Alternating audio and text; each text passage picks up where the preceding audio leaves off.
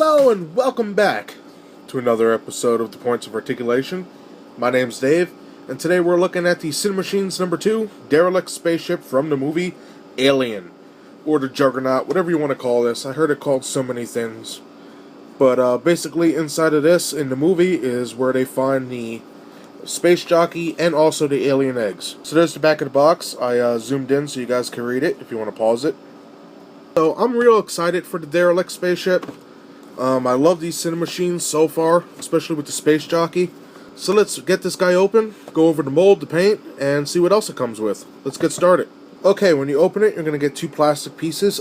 This is my fault. When it came from NECA, it was crystal clear, but the tape on the inside of the box, because I opened it and put it back, got on here, and I can't get it off right now, so I'll hit it with like Windex or alcohol. But when you get it, it's going to be crystal clear, like this side, and the middle, and this section here. So you get a base, and you get this arch piece, and there's two pegs. You just slide it in there, and there you go. You have a nice stand. So I'm going to put that stand aside for right now. And here is the Juggernaut, or the Derelict, and this thing is sick. You can see here, the doors where Dallas and Kane and Lambert went in, so that's pretty cool. So much detail on this thing. Now, I don't know if this has metal in it. Like on the bottom here, where the peg is for the stand, you can like push it. It's kind of soft. So I think it might just be hard rubber or something. I don't know. There might be metal in it. I'm not too sure. So I don't want to put myself in a hole by saying there is or isn't. I'm just going to tell you the truth. I don't know. But it does have some nice weight to it. So let's go over the mold. We'll start here at whatever this is, because we don't know yet. Even Prometheus didn't really touch on the ship. But all this line work.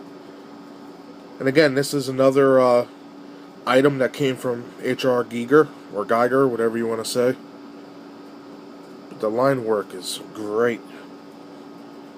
Again, more biomechanical stuff. More holes on the back. Now in Prometheus, it had an engine back here. Or maybe this is the engine. I don't know. Maybe the designs are different from movie to movie. It comes up here. I'm just letting the camera spin around so you guys could see all this. But I mean, tons and tons of little lines. Could there have been more detail? I don't know. You never really get a good look of it in the movie. I mean, there is a lot on here. Let me see if I could get a close-up of the interior of their horseshoe. We have our access points. And more lines. Look at that detail. That's cool. There's so much. Look at the other side. Nice, look at all that. All that sculpt work, really impressive. On the bottom we have more lines. We've got the peg hole here. Just more and more sculpted work. Very impressive. All the way to the front. Now for this side. Like, it's amazing. The ship is so basic, but the detail makes it. And in the movie, it's just like sitting like that, with some rocks or mountains or whatever, all down here. And there's like wind and fog, so you never really get a good look at it. But this is nice. And like I said, it's got some weight to it. Look at this. I'm going to show you that part. Seeing if I missed anything. Maybe this pod here. It's nicely done. I think that does it for the mold. I think I covered everything. Or at least I tried to. I hope I'm not missing anything. Maybe get a nice shot of the dome area here. And that's detailed very nice as well. And it's the same on this side. There's nothing different with that. So, I guess I'll go over the paint next. Okay, for the paint, it's mostly, like, the main body is silver, and that you could see where the light's reflecting. It's nice. It's a nice silver. And what they did was, I believe they hit it with a nice black wash, and that shows off all these details. Some better than others. Like right here, there's a little bit right there.